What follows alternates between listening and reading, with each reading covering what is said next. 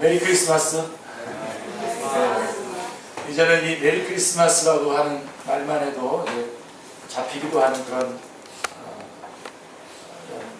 지역들도 있고 그런 시대가 올 수도 있는데, 우리는 아직까지는 힘차게 메리 크리스마스를 나갈 수가 있네요. 죄 가운데에 고통하는 우리를 한량없는 자비와 긍휼로 돌아보시고 이 땅에 아기 예수님을 보내주신 하나님을 찬양합니다. 이 아기 예수님의 은혜가 이 땅에 충만하게 임하기를 기도합니다. 사람들은 성탄을 맞이하면서 메리 크리스마스라고 인사를 합니다. 그런데 성탄절이 왜 즐거운 날인지 잘 모릅니다. 그냥 남들이 즐거워하니까, 휴일이니까, 세상이 다들 즐거워하니까 나도 즐거워해야지 하는 생각을 하기도 합니다.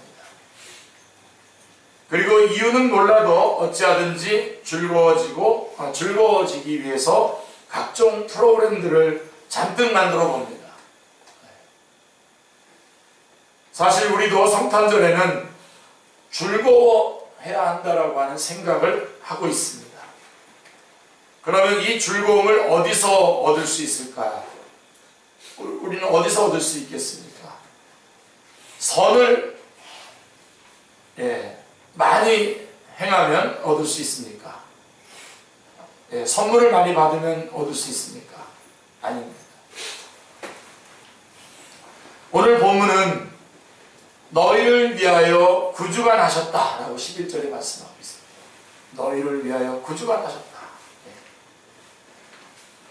성탄의 이 소식이 우리에게 기쁨을 주고 있음을 말해주고 있습니다. 우리의 기쁨의 근원은 여기입니다. 너희를 위하여 구주가 나셨다.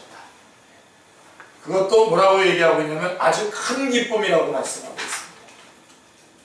큰 기쁨을 준다고 말씀하고 있습니다. 자, 그러면 어떤 점에서 구주 탄생이 우리에게 큰 기쁨을 주는 것입니까? 이 시간 우리가 함께 말씀을 보면서 아기 예수님의 탄생의 의미를 깨닫고 심령에 큰 기쁨을 얻을 수 있기를 기도합니다. 자, 먼저 1절 말씀을 보시면 때는 가이사 아구스토가 전 세계를 통치하고 있었던 때였습니다.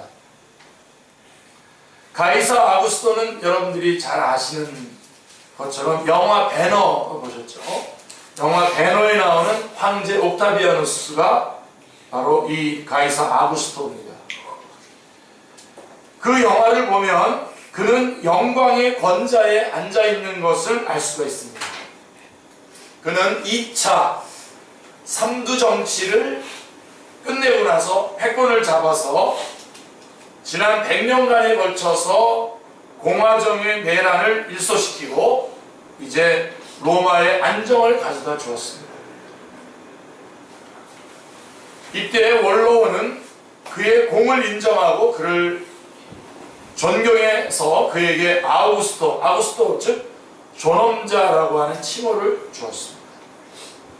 존엄자라고 하는 뜻은 너무 높아서 인간이 감히 가까이 갈 수 없는 자라고 하는 뜻입니다. 그러니까 신이라고 하는 뜻입니다. 바로 이 아구스토 때부터 로마는 제정을 시작했고 아구스토는 대로마 제국의 초대 황제가 되었습니다. 그러니까 그는 세계 최고의 권력자가 된 것입니다. 제가 이 부분을 이렇게 강하게 부각시키는 이유를 곧 알게 될 것입니다. 그는 로마를 새롭게 만들었습니다. 강력한 군사력을 바탕으로 세계를 통일하고 다시는 전쟁이 없게 했습니다. 이것을 가리켜서 역사는 팍스 로마나라고, 즉 로마로 인한 평화라고 말씀하고 있습니다. 또한 그는 벽돌의 로마를 화려한 대리석의 로마로 바꾸었고 그 유명한 로마법을 완성해서 세계가 로마법의 질서에 들어가게 했습니다. 길을 다 닦아서 모든 길을 또 로마로. 이때 로마는 문화면에서도 유명한 시인들이 많이 나오는 등 최전성기를 구가하고 있었습니다. 구가하기 시작했습니다. 그때부터. 이를 볼 때에 가이사 아구스토가 왜 역사상 가장 위대한 황제요 통치자로 기억되는지를 알 수 있게 됩니다. 그런데요, 그러던 어느 날 이 가이사 아구스토가 영을 내려서 천하로 다 호적하라고 하였습니다. 1절이 바로 그 말씀. 그가 어떠한 얼마큼 대단한 사람인지 뭐 그런 것들을 우리가 얘기했지만 사실은 우리는 그 부분보다도 지금 이 부분이 더 중요합니다. 그런 가이사 아구스토가 영을 내려서 천하의 모든 사람들과 다 호적을 하라고 명령을 했습니다. 로마 제국이 안정되게 유지되기 위해서는 계속해서 막강한 군사력을 유지해야 했습니다. 여기에는 막대한 돈이 필요했죠.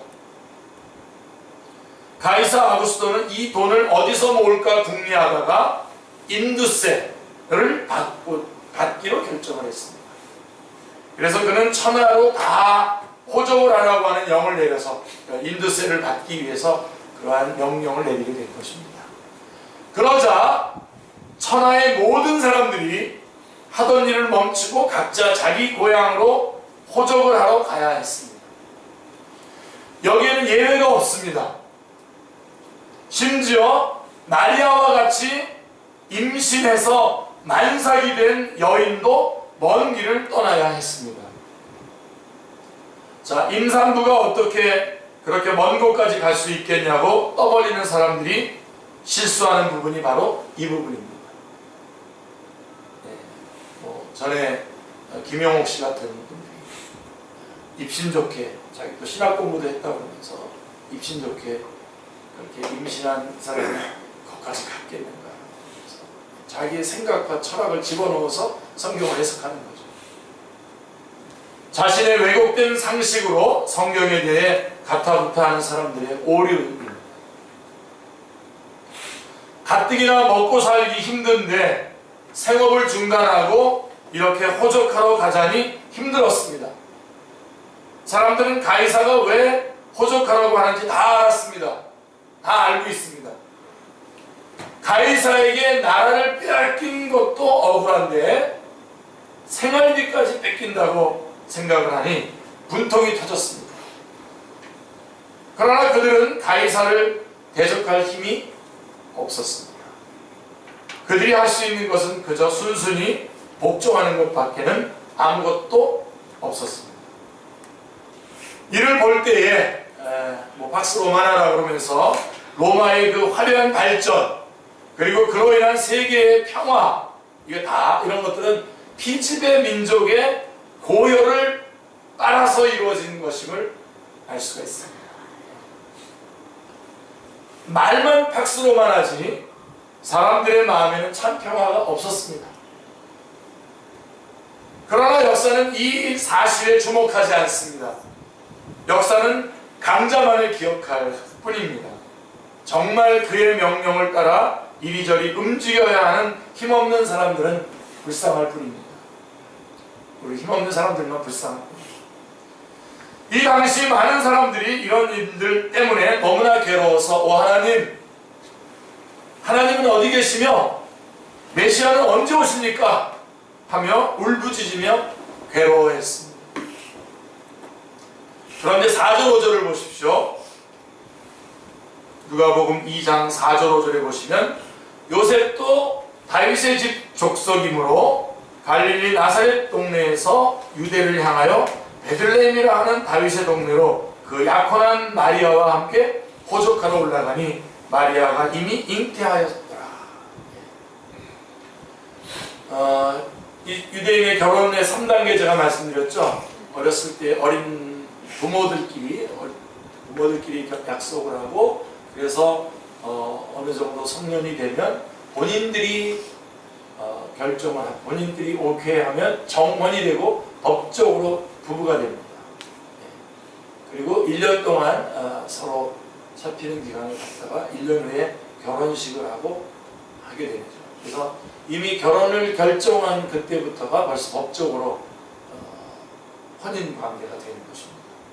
그 기간 동안 마리아는 또 지금 잉태를 했고 지금 그 상태에서 지금 베들레헴 땅으로 포종을 하러 가게 되는 것입니다. 법적으로 다윗의 후손, 다윗의 동네가 베들레헴이기 때문에 그렇습니다. 법적으로 혼인된 관계이기 때문에 다윗의 죄송합니다. 그 요셉의 쪽으로 가는데 사실은 마리아도 다윗의 자손이죠. 그죠? 마리아도 다윗의 자손. 그 누가복음에 보면 다윗의 자손인 것이 나오게 됩니다. 자, 그런데 그래서 이 요셉과 마리아는 정혼한 상태였기 때문에 법적으로 요셉의 가문에 속해 있어서 요셉과 함께 베들레헴으로 가야 했습니다. 나사렛에서 베들레헴까지는 130km 정도 됩니다. 저는 버스 타고 이렇게 가봤습니다만은 만삭이 되어 있는 마리아가 이 길을 간다는 것은 아주 위험한 일이었습니다. 그렇죠? 그러나 그녀도 마리아도 가이사의 명령대로 가야만 했습니다. 이게 성경이 강조하고 성경이 주장하고 있는 성경이 특별히 특기하고 있는 부분입니다. 이게. 이런 가운데에 마리아는 마침내 베들레헴에 도착하였고 7절에서 알 수 있듯이 거기서 아기를 낳게 되었습니다. 아기 예수님 곧 그리스도가 베들레헴에서 태어나신 것입니다. 그런데 여기에는 놀라운 구속의 비밀이 담겨져 있습니다. 그것이 무엇입니까? 첫째로 예수님이 베들레헴에서 탄생하심으로 예언이 성취되었습니다. 이게 중요합니다. 성경은 이것을 중심으로 기록하고 있는 것입니다. 하나님은 일찍이 BC 700년경에 미가 선지자를 통해서 8세기 선지자들이죠. 이사야, 미가, 아모스 이런 사람들이 활동했던 그때에 미가 선지자를 통해서 그리스도가 다윗의 동네인 베들레헴에서 탄생하실 것을 말씀하셨습니다. 미가서 5장 2절을 보시면 베들레헴 에브라다야 너는 유다 족속 중에 작을지라도 이스라엘을 다스릴 자가 내게서 내게로 나올 것이라. 그의 근본은 상고의 영원에 있느니라 라고 말씀하고 있습니다. 만일 예수님이 다윗의 후손도 아니고 베들레헴에서 탄생하지도 않으셨다면 이 예언의 말씀은 거짓이 되고 예수님은 하나님이 예비하신 그리스도라고 하는 증빙 서류가 없게 됩니다. 없어지게 됩니다. 그러면 그 정통성에 심각한 타격을 받습니다. 그러나 예수님은 마리아가 가이사의 호적 명령대로 어쩔 수 없이 움직이는 과정에서 그 예언된 장소에서 정확하게 태어나셨습니다. 이 말씀 가지고 얼마든지 적용점들을 얼마든지 많이 찾아내서 말씀드릴 수 있죠. 여러분들이 가끔 여러분이 생각할 때 너무나 애매하거나 말도 안 되는 상황으로 하나님께서 여러분들을 이끌어 간다고 하더라도 차분하게 순종하셔야 될 이유가 바로 여기에 있습니다. 몸부림치지 마시고요. 발버둥치지 마시고요. 그 애매함 혹은 그 황당함을 잘 받아내시면서 겪어내시면서 진행하다 보면 하나님께서 꼭 인도하시려고 하는 장소로 인도하시게 될 것입니다. 그래서 우리 그리스도인들의 아주 결정적인 특징이 뭐냐면 놀라지 않는, 어떤 일이 일어나도 놀라지 않는, 갑자기 지금 이 시간에 주님이 꽉 오셔서 우리를 다 데리고 가면 하나도 놀랄 게 없습니다. 지금 내가 살아가는 것, 예수님 믿고 구원받았고 내가 살아가는 모든 발걸음 주님의 온전한 인도와 주님의 책임하에 인도함 받고 있는 모든 것이다 라고 하는 것을 놓치지 않으시기 바랍니다. 그래서 가만 보면 이 사건을 보면 우리가 또 하나 이 사건을 통해서 우리가 또 하나 확인할 수 있는 게 뭐냐면 결국은 하나님이 이 역사를 주관하고 계신다는 겁니다. 가이사 아구스토가 대단한 권력을 가지고 뭔가를 하는 것 같지만 결국은 그것은 뭐죠?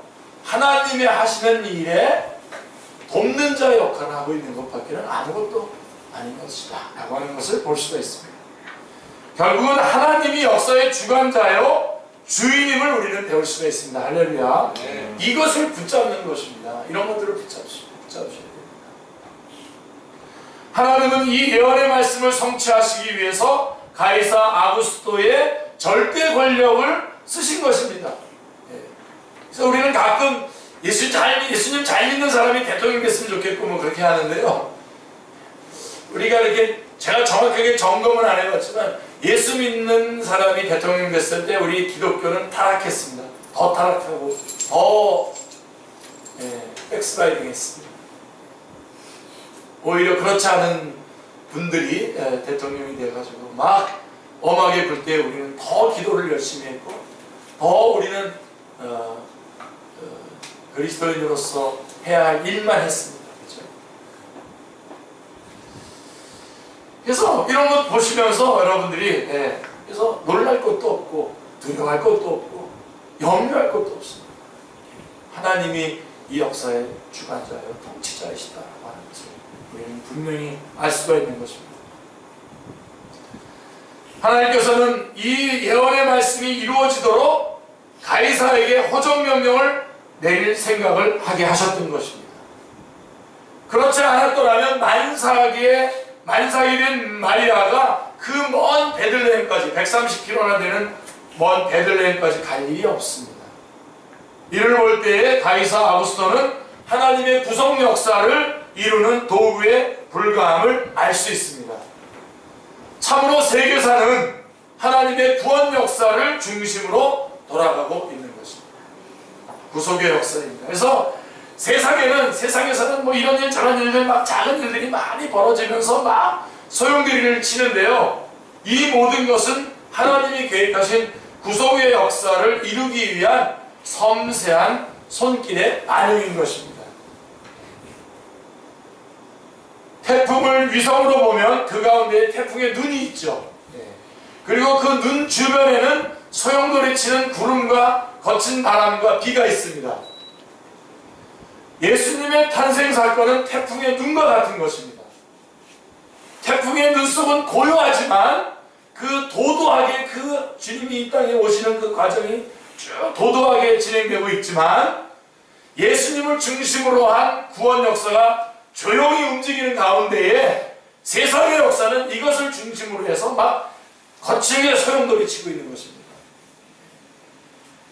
가이사가 일어나서 천하를 호족하게 하고 인두세를 받으려고 막 혈안이려고 하는 그런 모든 것들이 세상 역사에서는 일어나고 있는 것입니다.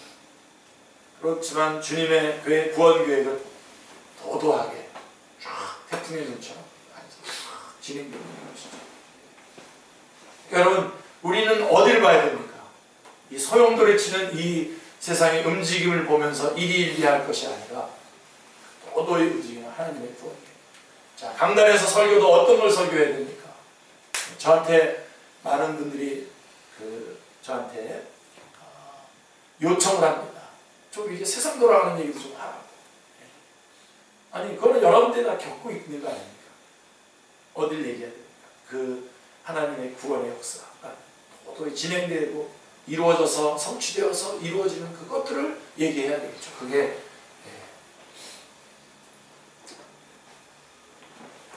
2000년 전 구속사의 핵심이 되신 예수님은 조용히 태어나셨고 이를 위해서 가이사 아구스토는 이렇게 그 변죽을 울리고 있었던 것입니다. 역사에는 구속사가 있고요. 세속사가 있습니다. 세속사가 바다 위에 출렁이는 물결이라고 한다면 구속사는 바다 밑을 도도히 흐르는 힘찬 저류라고 말씀할 수가 있겠습니다. 역사를 걸을 수 없다는 말이 있습니다. 역사를 걸을 수 없다는 말이 있는데 하나님의 구원을 이루기 위한 구속 사역은 그 누구도 조작하거나 거스릴 수 없습니다. 아멘. 하나님은 구속사를 위해서 역사의 수레바퀴를 돌리시는 분이십니다. 예수님은 이 일을 이루시기 위해서 창세기 3장 15절에서부터 뚜벅 걸어오신 것입니다. 우리가 이것을 믿을 때에 우리는 역사와 사건을 구속사 중심으로 희망찬 해석을 할 수 있는 것입니다. 역사는 해석이 중요합니다. 우리가 오늘날의 세계 상황이나 우리나라의 정치, 경제 상황을 보고 한숨 짓고 낙심할 것이 아님을 깨닫게 됩니다. 많은 사람들이 이 땅에 교회에 대한 불만과 걱정이 많은 것 같습니다. 그러나 여기에 너무 마음이 메어서 속상해할 것 없습니다. 우리는 속상할지 모르지만 하나님은 이런 와중에도 이러한 모든 것들을 통해서 도구 삼아서 일하고 계십니다. 그러므로 우리는 어떤 상황 가운데서도 위대한 구속 역사의 수레바퀴를 굴리는 하나님을 바라보아야 하겠습니다. 이 하나님을 바라볼 때에 희망이 생기고 힘이 솟습니다. 자, 본문의 저자 누가는 이런 역사적 관점에서 본문을 기록했던 것입니다. 그는 본문을 통해서 거대한 가이사의 통치를 도구 삼아 구주의 탄생의 약속과 예언을 정확하게 이루시는 하나님을 힘차게 찬양하고 있는 것입니다. 아멘. 하나님께서 우리에게도 누가와 같은 믿음을 주셔서 어떤 상황 가운데서도 확신 있게 복음 역사를 섬길 수 있는 믿음을 주시기를 간절히 기도합니다. 여러분, 막 소용돌이치는 그때에 여러분들이 하나님의 뜻이 어떻게 진행되는지 자세히 가만히 기도하면서 살펴야지 막 부활해동하지 마십시오. 동성애 막 어떻게 된다, 저 시장 저쪽 그러지 마세요. 어떻게 인도할지 알고 여러분들이 그렇게 합니까? 착하니 여러분들이 한 시민으로서 반대도 하시고 그런 거 표시하시고 나중에 투표할 때 표시하시고 그렇게 하시지만 그러나 여러분 불안해동하지 마십시오. 그래서 사람들을 막 적대하고 사람들을 다 막 이렇게 해내지 마십시오. 차분히 하나님 앞에 이 일로 인해서 하나님은 지금 어떤 부분들을 더 이루어 가실 겁니다. 그 다음에 또 어떤 부분들을 내 속에서 깎아내시려고 어떤 부분들을 더 뽑아내시려고 지금 이 사건을 이렇게 인도하고 계시는가 보시면서 오히려 그렇게 해야죠. 나중에는 이제 메리 크리스마스도 이렇게 안 믿는 사람들 앞에서 이렇게 하면 안 된다고 그렇게 얘기하지만 여러분 그렇다고 안 할 겁니까, 여러분?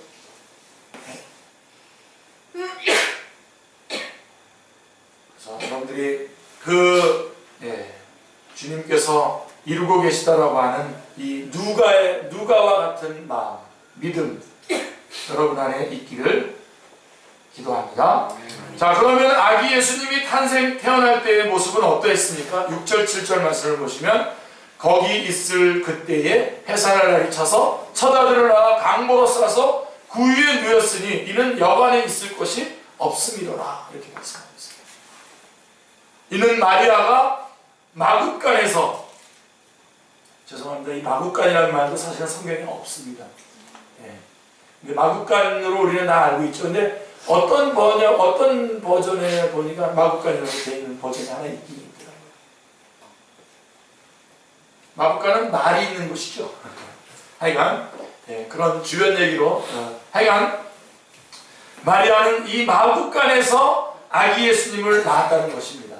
그게 성경의 증언입니다. 사람들은 곧 아기를 낳게 되어 배 아파하는 여인을 위해서 방 한 칸 마련해 주지 못했던 것입니다. 세상에 이런 인심이 어디 있습니까? 그러면 그들은 왜 이렇게 했습니까? 지금 사람들의 마음이 사람들은 지금 속상해하고 있는 겁니다. 지금 로마 나라에 의해서 지금 지배를 받고 있는 것도 너무너무 억울하고 그런데 이제 인두세까지 내야 되는 이런 일을 하고 이것 때문에 소용돌이 이렇게 복잡하고 이렇게 시끄럽게 지금 사람들이 오고 가고 하는 이런 것들 때문에 사람들은 지금 속상해 있는 겁니다. 생업을 중단하고 호적하러 와야 했던 것과 또 호적을 하면 어떻게 되는 겁니까? 세금만 더 내게 돼야 되지 않습니까? 제일 가기 싫은 거죠, 이거, 그죠? 경찰에 신고하러 가야 되는데 언제까지 신고하러 가는데 신고하면 또 어떻게 되죠? 벌금 내야 되는 그런 일 같은 것을 지금 당하는 거예요. 지금. 짜증나죠.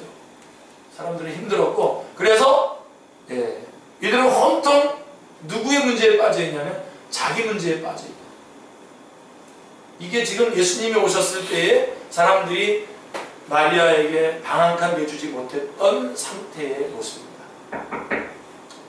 저는 여러분들이 오늘 크리스마스를 맞이해서 성탄절을 맞이했을 때 바로 이 부분에서부터 여러분들이 확 솟구쳐서 주님 앞으로 올라가셔야 됩니다.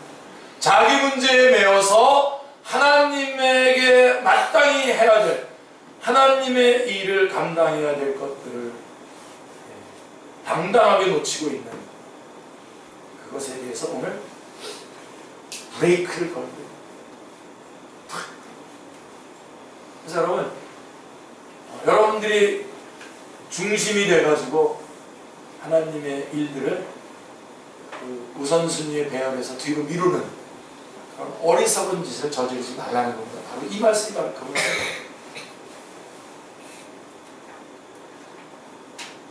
온통 자기 문제에 깊이 빠져 있었습니다. 이 사람. 임산부가 아기를 낳게 되어도 이를 위한 어떤 배려를 할 마음의 여유가 없습니다. 그래서 예수님은 이렇게 슬픈 모습으로 태어나신 것입니다. 로마서를 여러분들이 보시면 12장부터 16장까지가 십천윤리지 않습니까? 딱 이 십천윤리는 딱 이렇게 됩니다. 1단계가 뭐냐면 다른 사람을 비판하지 말라는 거예요. 12장부터 16장까지를 요약하면 딱 세 가지로 결정했는데 다른 사람을 비판하지 말라는 거예요. 이게 1단계. 그 다음에 두 번째 단계가 뭐냐면 다른 사람들에게 걸림돌을 놓지 말라는 거예요. 비판하지 않는 것은 물론이거니와 내 모습 때문에 다른 사람이 신앙에서 떠날 신앙의 어려움을 겪게 만드는 걸림돌을 놓지 말라는 겁니다. 쉽게 예를 한번 든다면, 오늘까지만 얘기하고 안 말할게요.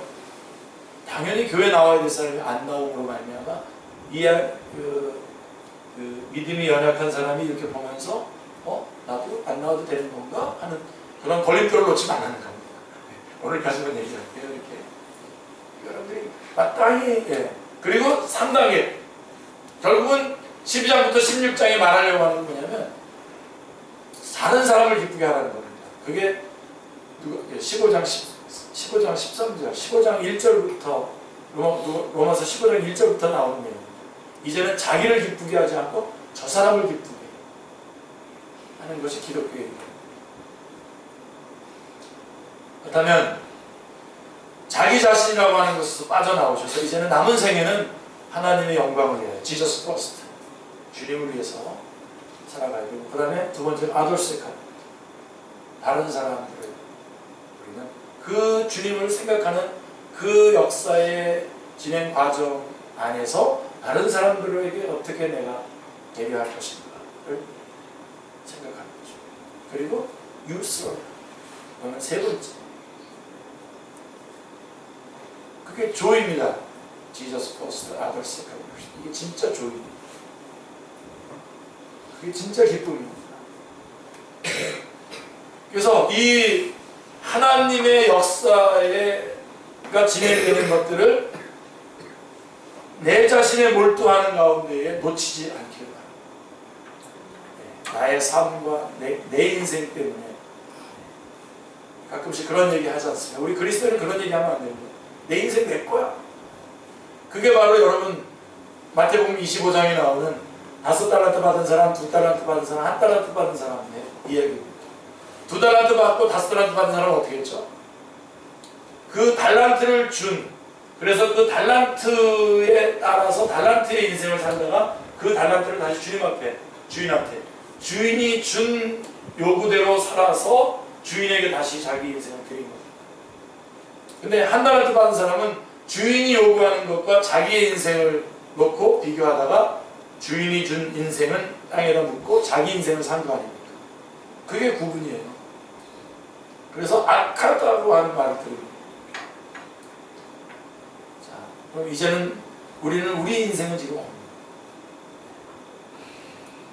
그러니까 우리의 인생이 아주 명예롭게 되는 그런 의미로 없는 겁니다. 예. 주님의 요구하는 삶을 살아가는 거죠. 그리고 나는 끊임없이 부인하는 겁니다. 나에 대해서는 끊임없이 부인하면서 주님께서 요청하시는 인생을 살아가는 것이고, 그 눈으로 이웃을 어떻게 하든지 섬기도록. 처음부터 하나님은 우리를 하나님과 같은 편에 세우셔서 사람들의 기도의 응답자로 섬기는 자로 부르신 거죠. 이번 크리스마스를, 이번 성탄절을 통해서 여러분들이 이것을 완전히 바꾸시길 바랍니다. 완전히 바꾸시길 바랍니다.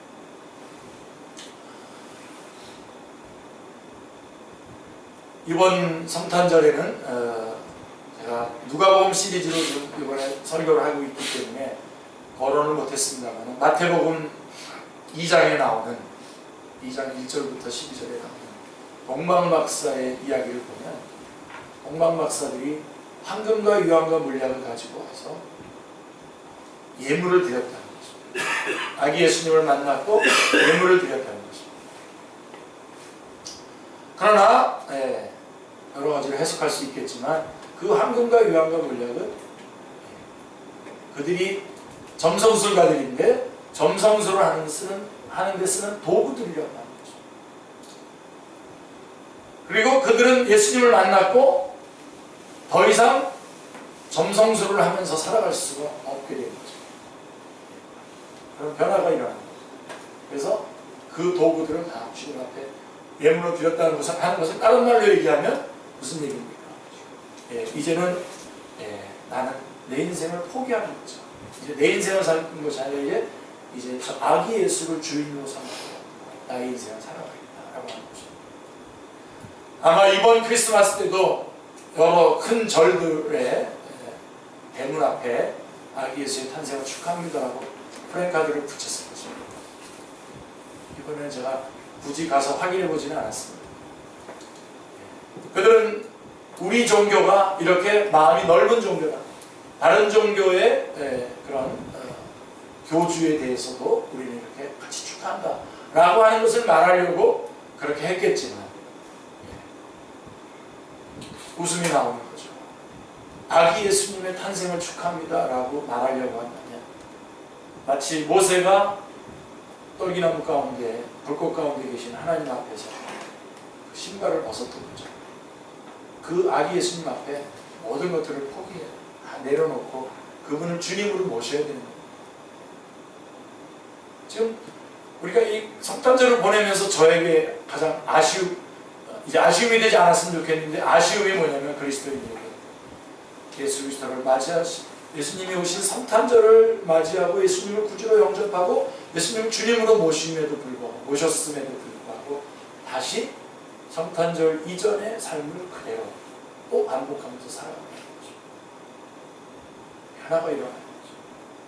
여러분들이 어디 무슨 어떤 선교지나 이런 데 가서 거기 있으면서 그때 내가 변화됐다 이렇게 입지전적인 그런 변화가 아니라, 오늘 이 성탄절을 맞이하는 이 교회에 차분하게 앉아서 말씀 들으면서 이제는 더 이상 그렇게 살아. 그러니까 그동안 가지고 있으면 안 됐었던 것들 다 내려놓는 겁니다.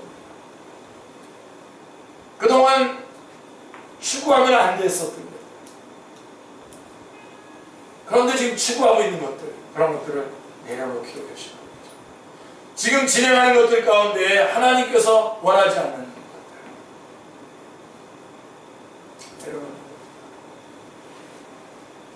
여러분, 우리 주님은 진노하실 때 로마서 1장 24절, 26절, 28절에 보시면 진노하시는 방법이요, 버려두는 겁니다. 그냥 놔두는 게 진노하시는 거예요. 어떤 분들은 그러죠.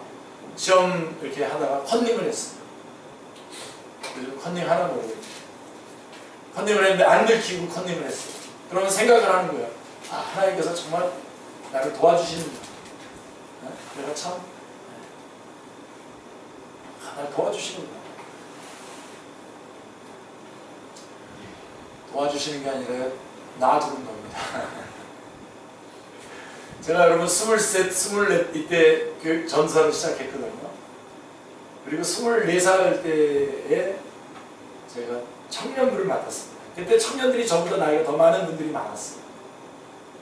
그때 저 설교는 어땠냐면 그냥 날아다니면서 융단 폭격을 하는 여러분 시험을 보다가 컨닝을 했으면 걸려야 됩니다. 못된 짓을 하다가 못된 짓을 하려고 가면 교통사고가 나서라도 못 가야 됩니다. 그래서 그렇게 설교를 했어요. 그날 토요일인데 청년부가 토요일에 모여서 설교를 했는데 청년부 회장이 당시에 D대학을 다니고 있었었는데 저의 손을 그날 토요일인데 저의 손을 꽉 붙잡는 거예요. 설교가 다 끝나고 예배가 끝났는데 전사님 정말 은혜 많이 받았고 너무나 감사합니다. 자기가 오늘 요즘에는 코스모스 졸업이 그냥 다반사잖아요. 근데 그때는 코스모스 졸업하면 굉장히 이렇게 뭐라 그럴까 뭔가 이렇게 좀 덜 된 사람 같은 그런 때였어요. 근데 자기가 이거 시험을 하나 빵꾸가 난 게 있어서 이제 제 시험을 이제 보는데 이거를 통과 못하면 이 코스모스 졸업을 해야 되는데 그래서 자기가 신발 밑에다가 나올 만한 문제를 다 이렇게 써서 딱 갔는데 시험 문제가 바로 그 문제 한 문제가 딱 나왔더라는 거예요. 그래서 다리를 탁 올려놓고선 쫙 답을 다 쓰는데 교수님이 와서 딱 잡아가지고 자기가 우울한 마음으로 그래도 청년회 회장이니까 청년부 예배인가 우울한 마음으로 왔는데 새파란 전도사님이 시험을 보다가 컨닝을 하면 걸려야 됩니다 그랬는데 그것이 하나님의 사랑입니다. 안 걸리면 하나님께서 버려두시는 겁니다. 이렇게 설교했으면 얼마나 은혜가 됐겠습니까. 그래서 그날 거기 우리 청년부 다 냉면 그 회장님이 다 했어요. 냉면 한 그릇씩 다 했어요. 아무튼 은혜 받으면 이렇게 좀 냉면도 내시고 쭉 이렇게 다시 돌아와서 이렇게 볼게요. 여전히 그러니까 우리가 실패하는 부분이 바로 뭐냐면 주님께서 그냥 놔두시고 있는 것을 마치 하나님께서 은총을 베풀어서 우리가 여전히 하지 말아야 될 일을 계속 진행하는 것에 대해서 아무런 두려움이 없는 거예요.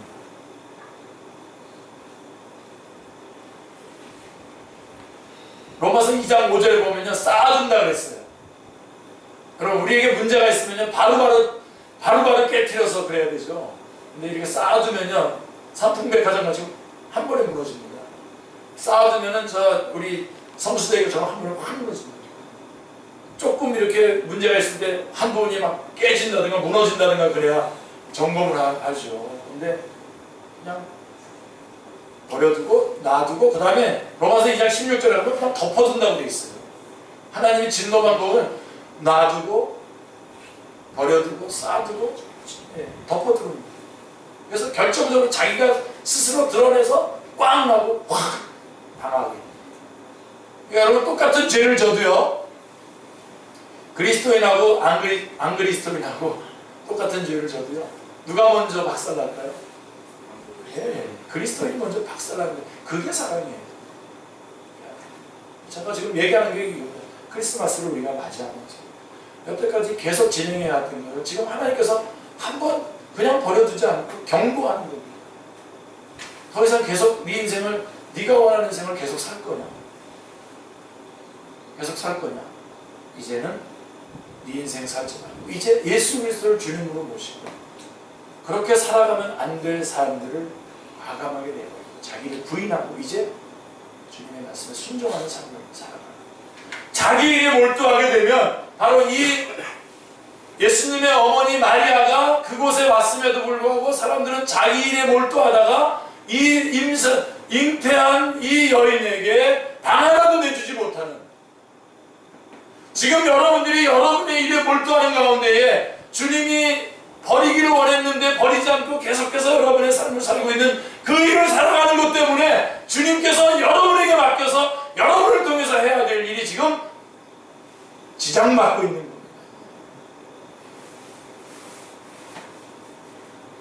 그거를 원래 상태로 돌아오게 하시기 위해서 크리스마스 그러니까 허락해 주시고 다시 눈을 다시 어디서부터 출발하기 시작하면 주님의 시선으로부터 다시 출발할 수 있고 막 주변 막 그 소용돌이치는 이 땅의 역사들을 보면서 일희일비하는 것이 아니라 도도하게 흘러가는 주님의 구원 계획을 이루어가는 일에 있어서 내가 어디에 있어서 어떤 일을 하고 있고 어떤 역할을 해야 될 것인가를 정확하게 보고 거기에 툭 들어가서 역할을 하고 쉬고 역할을 하고 쉬고 하는 바톤을 넘겨주는 그 일을 하라는 것입니다.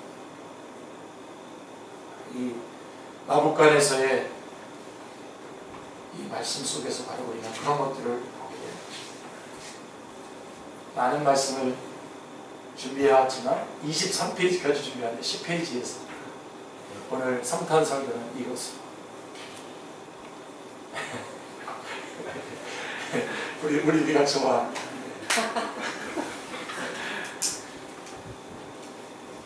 아무쪼록 하나님께서 역사의 주관자라고 하시는 사실을 아우구스토까지 들어서 주님의 예언의 말씀을 성취시키고 있다고 하는 것을 붙잡으시고 우리가 우리 개인의 일에 몰두하다가 하나님께서 이루어 가시는 그 하나님의 예언의 성취의 역사들을 놓치는 어리석음을 범하지 않게 주님의 이름으로 축원합니다.